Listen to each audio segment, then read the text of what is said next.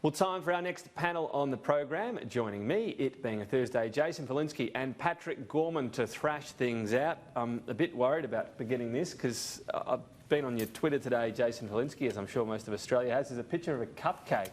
Are you just showing people what was for lunch? What's going on there? It's Patrick's birthday, Tom. What did you get him? Well, a spot on the panel. Could you get anything better? It's the gift that keeps on giving, isn't it, Tom?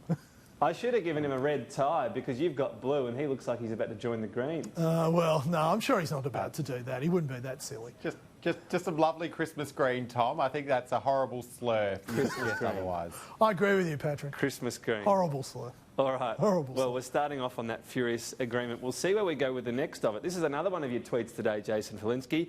Matt KEAN is right. Climate change is contributing to the fire situation. We need to take practical steps at home and be ambitious abroad. Are we being ambitious abroad? Look, we're trying to be. Angus Taylor is at COP25 this week. He's certainly making the point that more needs to be done and that Australia wants to be part of any global action that's going to take place, and that's the sort of ambition that we require both here and abroad, but mostly abroad because Australia represents 1% of greenhouse gas emissions globally. So this solution actually is in global agreement and global institutions working together with nation states to solve the problem of global warming. All right. So Angus Taylor is arguing more needs to be done.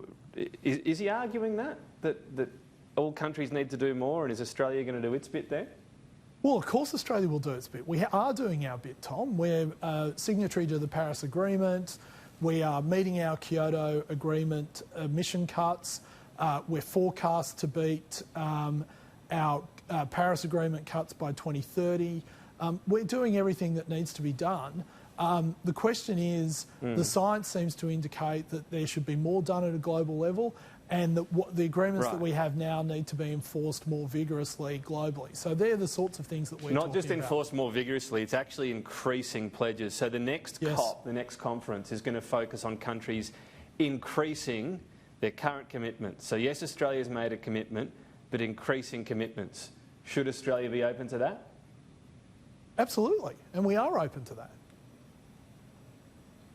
Are we? Has that been stated anywhere that we could increase that Paris target? Well, I would refer you to Angus Taylor's speech that I believed he made overnight in Spain, where he essentially said, look, this is a global problem requiring global action, and that's what the Morrison government, that's what the Liberal Party has always argued for, and that's what we continue to argue for in international forums.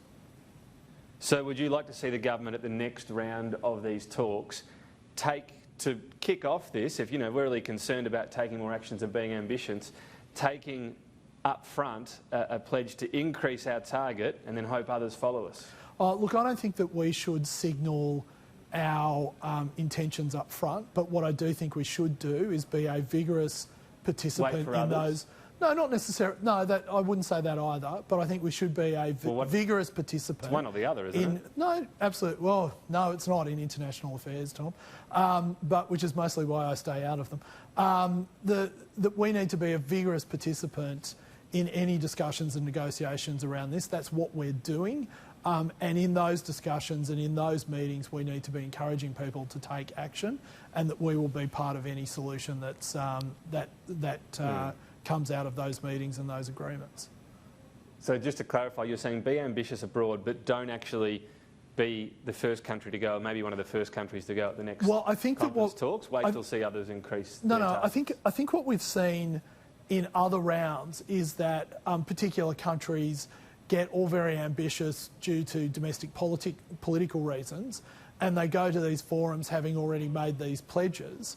And what you find is that in those meetings and in those forums, other nations that make a larger contribution to greenhouse gases, and we all know that sort of Brazil, India, China, I mean, even the United States, it's seen its global greenhouse gas emissions reduce substantially over the last decade and a half. So really, we're talking about Western Europe, we're talking about India, we're talking about China, we're talking about Brazil, and there are some others as well. So you have some nations turn up having declared that they're going to do something, and then you turn up to the negotiation and the person on the other side of the table says, well, you've declared that you're already going to do this, so we need you to do more than what you've declared to do. I guess this is... well, you could, yeah, but Australia could go there and say, here's what we'll increase it by if you increase your commitment as well. Yeah, you could do that, Tom, but that's like buying a car and going in and saying to the car salesperson, oh, look, I've got $50,000 to spend.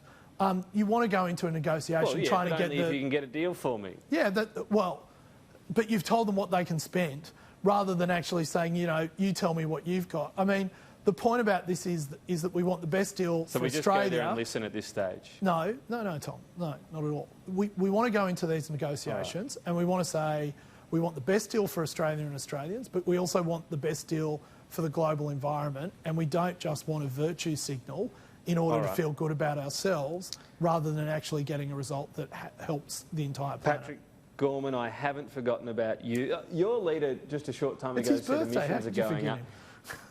Of course. If we include all of Australia's emissions, including land use, etc., emissions are going down at the moment.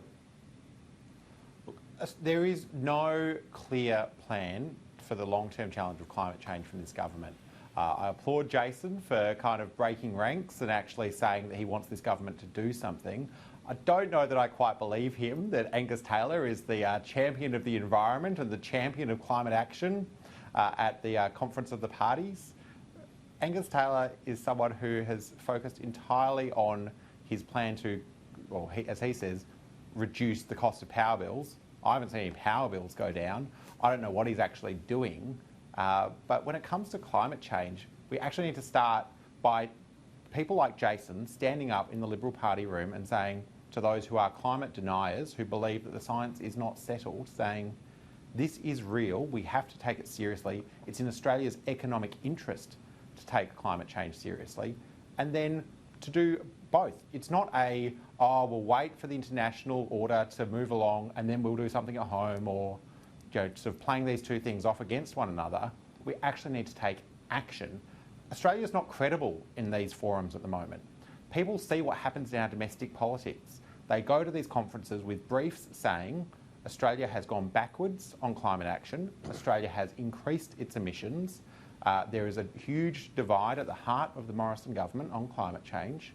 You can't walk into an international conference and say, hey, let's all get together, guys, and make a difference to the world, when people, you're not even doing something in your own backyard. It's as simple as that.